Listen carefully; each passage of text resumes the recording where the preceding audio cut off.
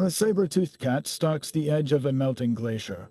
This iconic beast ruled the Ice Age, yet vanished mysteriously. We have long blamed a changing climate for its end, but what if the truth is far more personal? What if its extinction was not an accident of nature, but the final chapter of an epic hunt? Today, we embark on a detective story 12,000 years in the making, to identify the tribe that may have hunted the last saber-tooth. By the end, you will see the dawn of human history not as a passive survival story, but as an active, world-altering drama. We will sift through forensic clues in ancient dirt, decode whispers in genetic code, and track the echoes of a predator that still haunts our legends. What forgotten human culture held the spear that brought down a legend? 12,000 years ago, the world was a stage of immense transformation. The last great ice sheets were in full retreat, pulling back like a slow, colossal tide. In their wake, they left a planet in flux. Forests marched into former tundra, rivers carved new paths through soft earth, and the very air grew warmer and wetter. For the giants of the Pleistocene, this was not merely a change of scenery, it was a fundamental rewrite of the rules of survival. The mammoths, the giant ground sloths, the dire wolves, all found their ancient world dissolving around them. And among them stood Smilodon, the saber-toothed cat, perhaps the most formidable predator of them all. This was no ordinary big cat. Built like a muscular bear with the instincts of an assassin, Smilodon was a specialist. Its most famous weapons, those iconic 7-inch serrated canines, were not for slicing but for delivering a precise, killing stab to the throat of massive prey. This was a close-quarters hunter, relying on power and ambush rather than speed. It likely lived in social groups, bringing down bison, camels, and even young mammoths, creatures that themselves were struggling to adapt. As an apex predator, Smilodon sat at the very top of a food web that was now unraveling thread by thread. This period is known to science as the Quaternary extinction event, a wave of disappearances that swept across the globe, disproportionately claiming the largest animals. For over a century, a great detective story has played out in academic circles, centered on two prime suspects. The first is climate change, a powerful and obvious culprit. The shifting habitats, altered plant life, and new disease environments could have slowly starved these megafauna out of existence. The second suspect is us. This is the overkill, or blitzkrieg, hypothesis. It proposes that as modern humans, armed with sophisticated tools and cooperative strategies, spread into new continents, they hunted these naive animals to extinction with startling speed. So here is our crime scene, a planet emerging from an ice age, and here are our two suspects, a dramatically changing world and a clever, rapidly spreading primate. The fate of Smilodon is entangled in this much larger mystery. Did it fade away as its prey vanished and its world changed, a victim of impersonal planetary forces? Or did it meet a more direct, more dramatic end at the hands of a new and dangerous competitor? To find the tribe that hunted the last saber-tooth, we must first learn to read the clues left in this ancient, shifting landscape. The ground beneath our feet holds a silent archive of this ancient conflict. To find our tribe, we must become forensic detectives, sifting through layers of sediment and bone for the faintest traces of a meeting between human and cat. The most famous crime scene is the La Brea tar pits in Los Angeles, where asphalt trapped thousands of animals over millennia. Here, Smilodon is the second most common fossil, a testament to how these predators were lured by struggling prey. But while La Brea tells us much about the cat's life, it has yet to yield the smoking gun, a Smilodon skeleton with a stone spear point lodged in its ribs, lying next to human remains. That kind of clear evidence remains elusive, forcing archaeologists to look for subtler clues. In a few scattered sites across the Americas, bones of these great cats have been found with strange, linear marks. When examined under microscopes, these marks match the patterns left by stone tools scraping flesh from bone. This is potential evidence of butchery, suggesting that after a Smilodon was killed, humans processed its carcass, perhaps for its thick hide, its meat, or even its impressive teeth and claws. More tantalizing are rare instances where Smilodon bones are discovered in clear association with human campfires and stone tool workshops. places like the famous site of Murray Springs in Arizona. Here, Clovis spear points, elegantly fluted and deadly sharp, are found in the same soil layers that contain the last remnants of Ice Age megafauna, right at the edge of the extinction window. It paints a circumstantial but powerful picture, a timeline where the arrival of these highly skilled hunters overlaps precisely with the disappearance of the giants. Yet the evidence is frustratingly sparse and hotly debated. A cut mark on a bone could, some argue, be from scavenging rather than hunting. A Smilodon bone near a campfire might have been carried there by other animals, or could simply be a coincidence of geology, with layers mixing over time. The sheer rarity of such finds is itself a clue. It suggests that direct confrontations were not everyday events, but rare, epic encounters. Perhaps we are looking for the wrong thing, expecting a modern crime scene with a body and a murder weapon neatly arranged. The true evidence of this hunt may not be a single dramatic kill site, but a pattern of pressure, a slow tightening of the vise, as humans hunted the saber-tooth's prey, competing for the same nourishing herds, and as they perhaps even hunted the cats themselves in defensive or opportunistic strikes, the world for Smilodon shrank not just geographically, but existentially. The archaeological record, then, is a collection of whispers, not shouts. Each cut mark, each stone point, is a fragment of a story we are still piecing together. And if the dirt only gives us hints, we must turn to another kind of record, one written not in stone, but in the very essence of life itself. To find a hunter, sometimes you must look within the hunter themselves.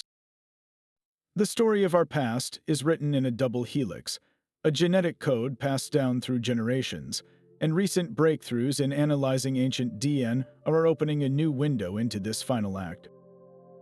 Scientists can now extract tiny, fragmented genetic material from Smilodon bones that are thousands of years old.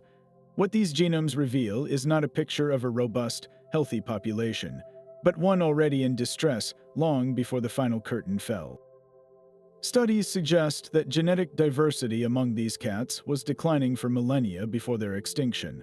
This indicates their numbers were shrinking, their populations becoming isolated and fragile, likely due to that changing climate fracturing their habitats. They were vulnerable. Now, look to the genetic record of ancient humans in the Americas. Analyses of the earliest populations show rapid expansion and movement.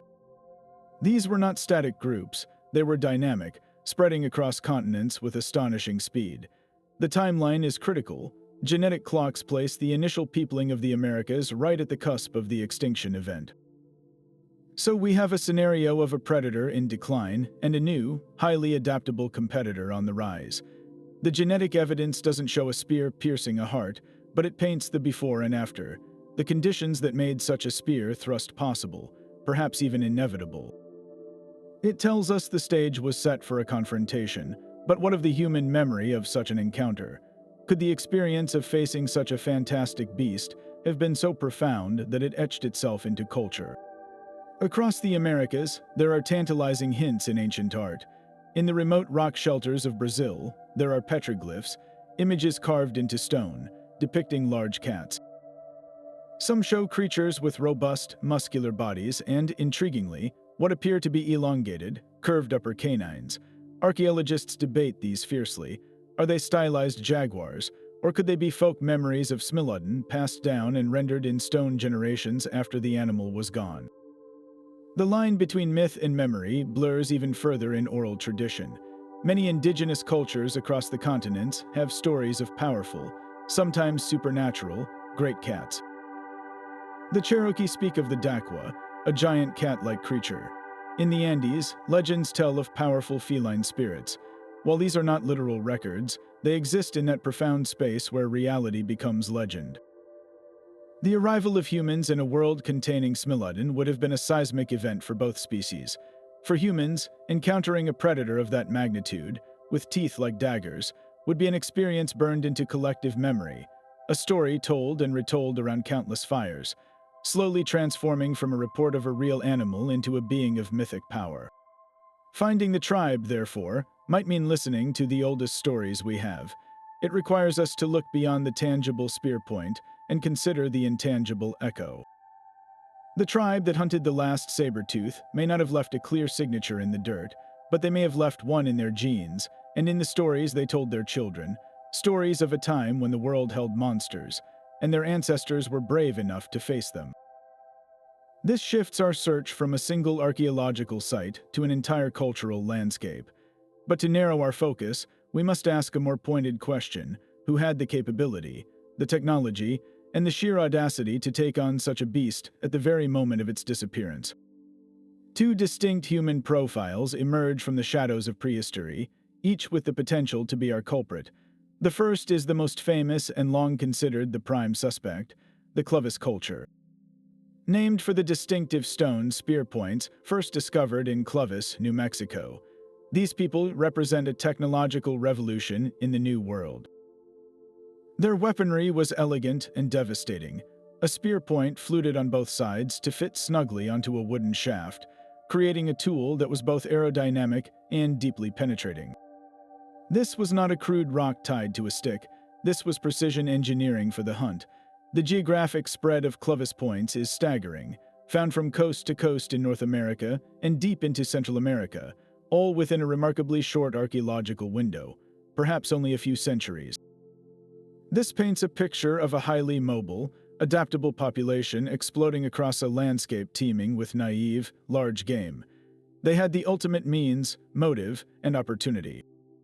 Their motive was survival and prosperity. Their means were these superior weapons, and their opportunity was a continent full of animals that had never learned to fear humans. For decades, the Clovis first model dominated, suggesting they were the first people in the Americas and that their arrival neatly coincided with the megafauna extinctions. It was a compelling, almost cinematic narrative, a wave of expert hunters sweeping east to west, leaving a trail of stone points and empty landscapes in their wake. If any group had the capability to hunt a saber-tooth, it was surely them. Their rapid expansion would have brought them into direct competition with Smilodon for prey, and a defensive or opportunistic kill of the great cat itself is entirely plausible. They are, in every sense, the obvious suspect, but a good mystery always has a twist, and in this case, the twist is time. A growing avalanche of archaeological evidence now suggests that humans were in the Americas long before the Clovis horizon, perhaps thousands of years earlier. Sites like Monte Verde in Chile and White Sands in New Mexico point to the presence of these pre-Clovis peoples. They were likely smaller groups, using different, perhaps less flashy toolkits, living along coastlines and exploiting diverse resources. Their story is one of gradual exploration and settlement over millennia, not a sudden blitzkrieg. This changes the entire dynamic. If these earlier populations shared the continent with Smilodon for so long without causing its immediate extinction, it weakens the simple overkill narrative. It suggests a long, slow pressure cooker rather than a single, catastrophic event. Perhaps the final blow to the saber-tooth was not delivered by the first humans to arrive, but by the last wave, the one that tipped an already precarious balance. Our search cannot be confined to North America alone. In South America, different species of saber-toothed cats, like the sleek Smilodon populator, also vanished around the same time. Did they meet a similar fate at the hands of the same expanding human populations that had moved southward? Or were there entirely different human actors on that stage? And we must zoom out even further, to an older, global context. In Europe and Asia, our own species, Homo sapiens, and even our extinct cousins, the Neanderthals, shared landscapes with other saber-toothed genera like Homodurium for hundreds of thousands of years. Those encounters, etched into deep time, likely shaped human behavior and mythology in ways we can only guess. So who are we looking for? Is it the technologically brilliant, rapidly expanding Clovis hunter, a newcomer who changed the rules of the game overnight? Or is it the older, more established pre-Clovis resident, whose cumulative impact over generations finally pushed an icon over the edge? Or is the truth a collaboration between the two, a fatal combination of long-term stress and a final, decisive shock? To answer that, we need to stop looking just at the hunters and start listening to the hunted. We must reconstruct the final days of the saber-tooth itself, to understand what its world felt like in those closing moments. The story of the last saber-tooth hunt remains, for now, an open case. We have a powerful array of circumstantial evidence, but no single, undeniable verdict. We know the climate was tightening its grip, reshaping the world and stressing the great cat's existence. We have those faint, debated scratches on bone and stone points lying in the same ancient soil. And we hear the distant, distorted echoes in rock art and legend, a memory of something magnificent and terrifying. The precise identity of the tribe, the exact location of that final confrontation, may be lost to the deep silt of time. Yet the very act of searching for it changes everything. This detective story forces us to see our ancestors not as passive survivors in a harsh world, but as dynamic, world-altering agents. They were not merely adapting to nature, they were already beginning to shape it, their arrival a new and powerful force in an ancient ecosystem. Whether it was a pre-Clovis group whose presence added a slow, relentless pressure over generations, or a Clovis hunter whose brilliant spear delivered a swift, decisive blow, the outcome was the same. A line was crossed. The age of giants gave way to the age of humanity. The legacy of Smilodon endures not just in its spectacular fossils, but in what its disappearance tells us about ourselves. It marks one of the first times our species, armed with nothing but sharpened stone and shared purpose, stood before a true monster of the natural world and did not back down. That drive to explore, to understand, and yes, to confront the unknown, is the same impulse that has us sifting through tar pits and sequencing ancient genes today.